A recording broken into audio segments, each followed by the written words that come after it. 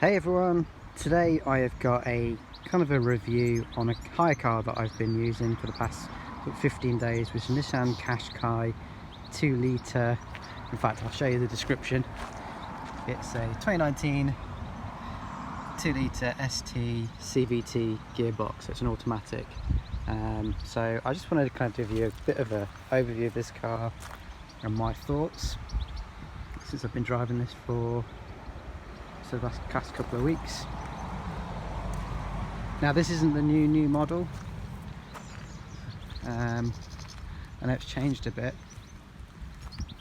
I don't think this is the new model anyway, it may be, but I think there's a new one that's coming out, or has come out after this, but this could be the latest. So it's got the pretty nice grille.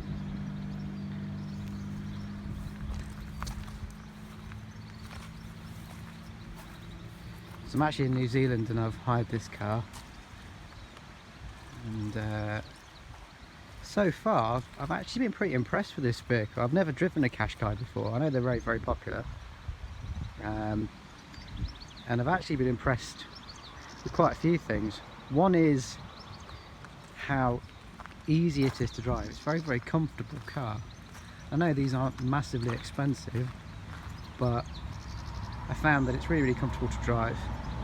Driving position is very good.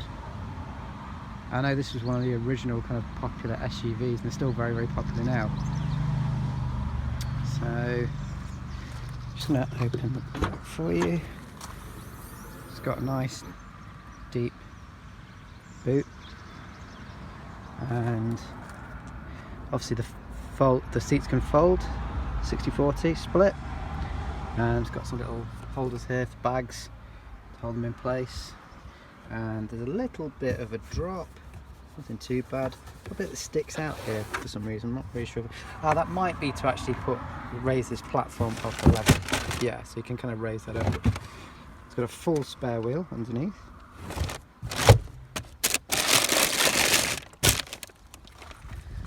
And unfortunately we've got loads of stuff in the back of this, but see the doors. And if I just move these out of the way, coats and jackets and all this stuff, but give you an idea anyway of the back. Little lights at the back, and seat belts come over the top rather than out the side, and little button there to flick the back seats down, and little ISOFIX points as well. Obviously not sat on the back of this car, but the legroom looks pretty decent, to be honest. It has got a section for the gearbox, so in the middle might be a little bit squashed, but other than that,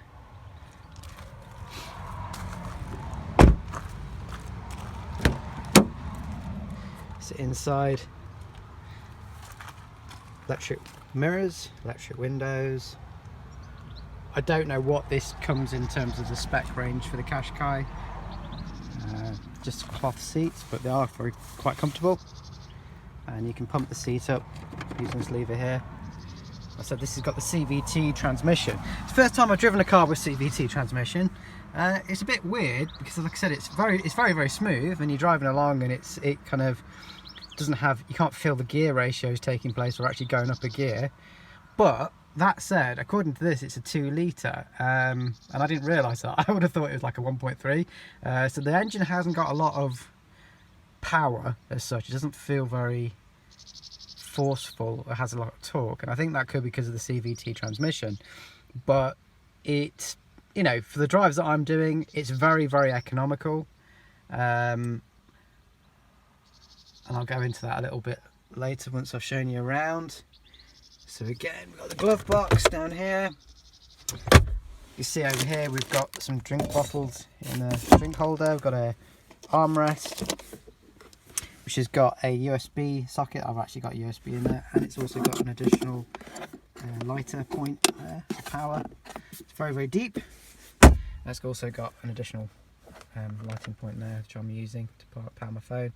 And we've got very basic audio system. Sounds okay, bit tinny, but got air conditioning, And this is very, very simple. I'm not a big fan of this kind of piano black stuff. It looks fairly cheap, but you know, again, I don't know the price point on this car. It's got this kind of piano black around here. Little bit of chrome on the gear lever. It's kind of plastic around. It's very, very plastic. It looks very plastic. It looks pretty cheap, to be honest. It doesn't look very expensive. Very hard plastics all around here. There's no really soft touch plastics anywhere on this car, to be honest. It's all fairly I think the only place actually where it's got something that looks fairly expensive is here. It's got like leather. I don't know if it's real leather, but it's all feels very well put together, but cheap looking. Steering wheel's got this kind of nice metal effect here. This is all metal. Nice flat bottom steering wheel, and all the controls are on here. There isn't many controls on this car. It's very, very simple, but it kind of does the job. This has got lane assistance on it as well, and yeah, that's pretty much it in regards to the dials. And on the front, in the kind of center console area, you've got start stop, so it's keyless start stop. There's nowhere to put your key, which I always find a bit weird on these keyless systems, but anyway. So yeah, very, very comfortable driving position, easy to drive. It's got a nice system that supports you when you're kind of manoeuvring the car. So as you're turning left and right and doing these sharp turns, the chassis has this chassis control system where you don't get much roll in the body. So the body seems to keep very, very still. And light switches up here, mirror. So in regards to a car that you're driving around, I'm obviously on holiday, so just driving around this is fairly comfortable, easy to drive, and the seating position is very, very good. The road position is very, very good. So yeah, so what I'll do now, I'll go into some of the kind of finer detail on the dash itself. Okay, so to start this car up, obviously you've got to have the key present somewhere in the car, so I'll stick it down here for the time being. And if I hold down the brake and then press the start button, you'll see it start up. Kind of little dials flick over. And to start off with, what I'm going to do, I'm just going to go through some of the little menu options on here. So on here, you can see this little up and down control. If I press left and right, you can see the audio is off. Driving aid, click on OK. You've got the ESP, lane assist and emergency brake. I'm just going to leave those away. Go down to the next one. Chassis control. Now all this does is when you go around corners, this thing kind of shows you what it's doing, but I don't really see the point of that, to be honest. You can't switch it on or off, and it doesn't really do anything else, but it just shows you this kind of, every time you go around a corner sharp, it shows you these little arrows pointing in the direction that the car's trying to forcing against. So okay, I'm not really sure why they would want to show you that, but anyway. No warnings, settings, driver assistance, clock, display settings, all the usual kind of stuff, maintenance, any alerts that come up, changing your units, and that's it. There's nothing else on this. It's really, really basic. Let me just see if there's any other settings on there.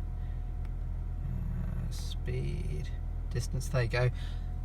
So I've done 271 kilometers, and you can see it's kind of just got just over a quarter of a tank left, so it's very, very fuel efficient. And I have been going up some incredibly kind of mountainous roads where it's required kind of lower gear ratios, so I'm actually pretty impressed with that, and I have been giving it some welly. But as I said, it doesn't feel like a 2 litre. I've had 2 litre vehicles before that have got a lot more oomph. This feels like a 1.3. That's what it feels like. It says 2 litre on there. I'm not sure if that is actually a 2 litre. I can't tell because there's no badges anywhere on this car. Maybe someone can comment below if you know what engine this car has got, but I think it is a 2 litre according to that badge anyway. So the fuel economy, so it says average there. I don't really know what that means, to be honest. Average, what, 8.6 kilometers? So I'm so used to miles per hour, miles. I don't know what any of this stuff really means, to be fair. But yeah, is there anything else in there? No, that's it. So that's all we get with the the computer system on here. Like I said, I've got these really basic controls for the audio system.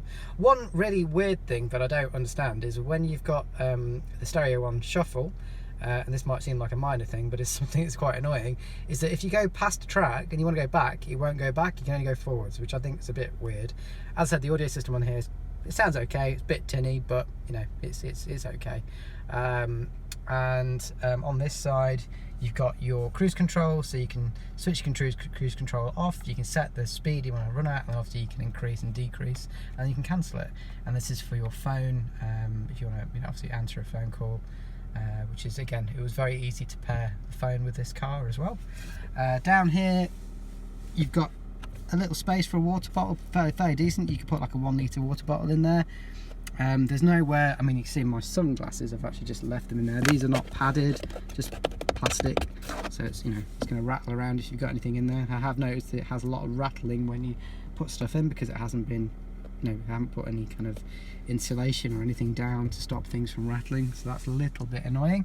There's nowhere to put your sunglasses other than in the sides there. They've not put any separate storage, and that's about it, guys. So this is it's a nice car to drive. It's comfortable. I've been on some incredibly bumpy roads, and this is nicely absorbed those bumps, because it's got some chunky tires on this particular model, and it's you know, it's got fairly decent suspension, and with that chassis control, it kind of cruises over any lumps and bumps, so it's very comfortable for long journeys. And yeah, if you got any questions, guys, I said I've only hired this for the past 15 days, so I'm not an expert in it by any means, but I just wanted to show you around this car while I've got it. And you know, if you want looking for an SUV that's a reasonable price, I think the QASHQAI is one of the best selling SUVs, and I can kind of see why. Really, it does the job very well. It's fairly basic, it's easy to use, and it's comfortable. And I imagine for being a Nissan, the price point for this sort of vehicle will be really good as well. But I hope you found this useful, guys. I'll catch you soon.